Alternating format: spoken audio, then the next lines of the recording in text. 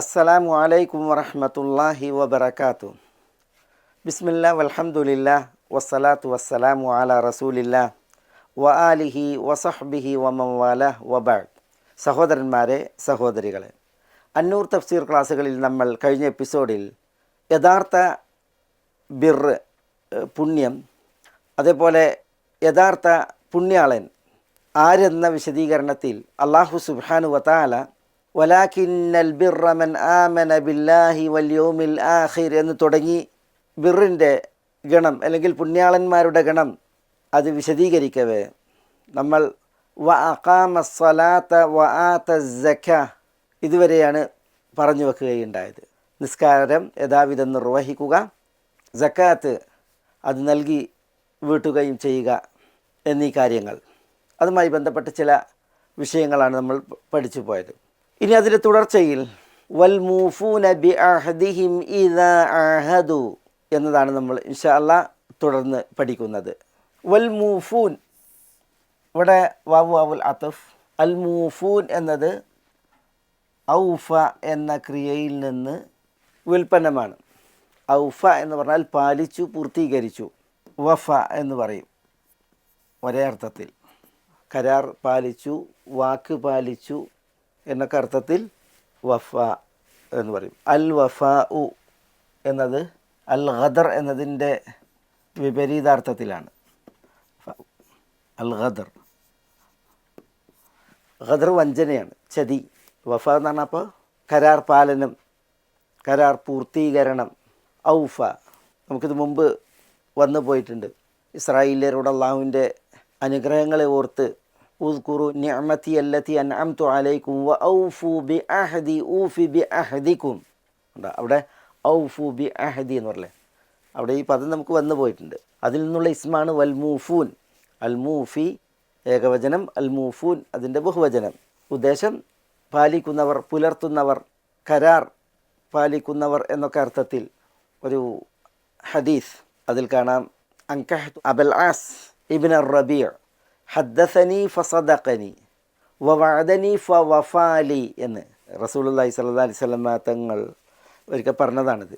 അലി റളിയല്ലാഹു തആല അൻഹു, ഫാത്തിമ റളിയല്ലാഹു തആല അൻഹ നിലവിൽ ഭാര്യയായിരിക്കെ അബൂജഹലിൻ്റെ മകൾ ജമീലയെ വിവാഹം കഴിക്കാൻ വേണ്ടിയിട്ട് വിവാഹാന്വേഷണം നടത്തി.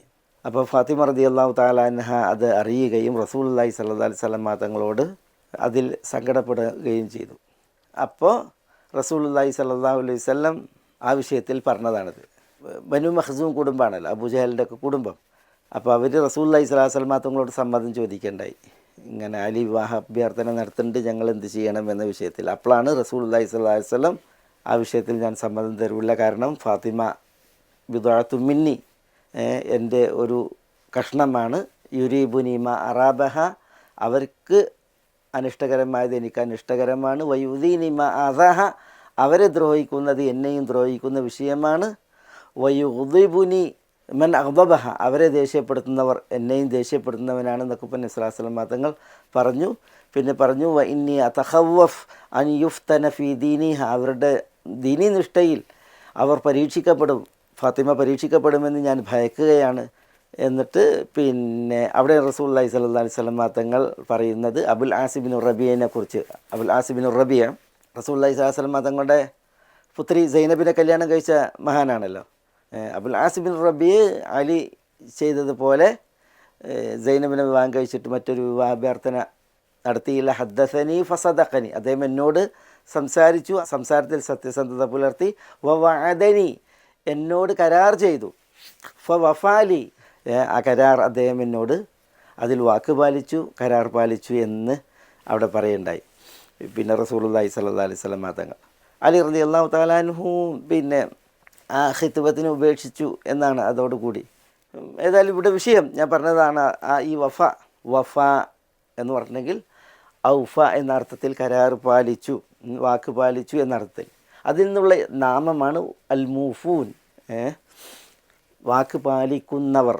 അപ്പോൾ വൽ മൂഫൂൻ, വാക്ക് പാലിക്കുന്നവരും ആരാണ്? പുണ്യാളന്മാരാണ്, അല്ലെങ്കിൽ അവരുടെ പുണ്യമാണ് പുണ്യം, ബിർ.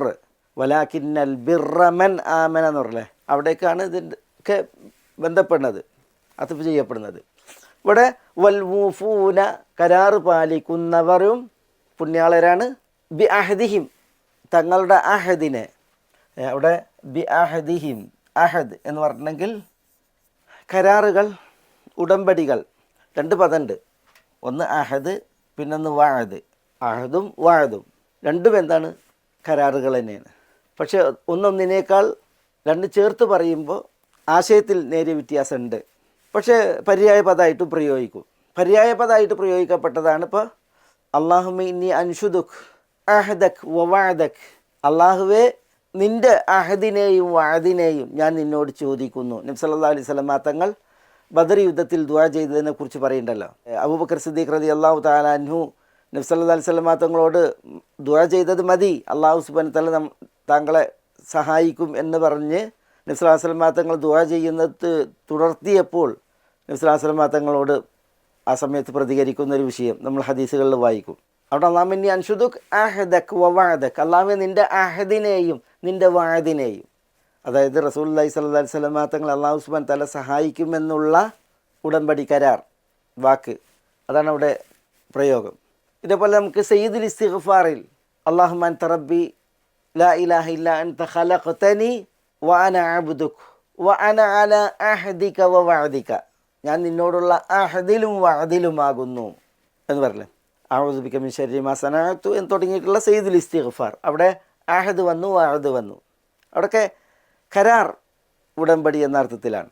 എന്നാൽ ഈ അഹദും വഅദും നമ്മൾ പടപ്പുകളുടെ പ്രയോഗങ്ങളിൽ, പെരുമാറ്റങ്ങളിൽ, ഇടപാടുകളിൽ അർത്ഥത്തിൽ വ്യത്യാസം പറയപ്പെട്ടിട്ടുണ്ട്.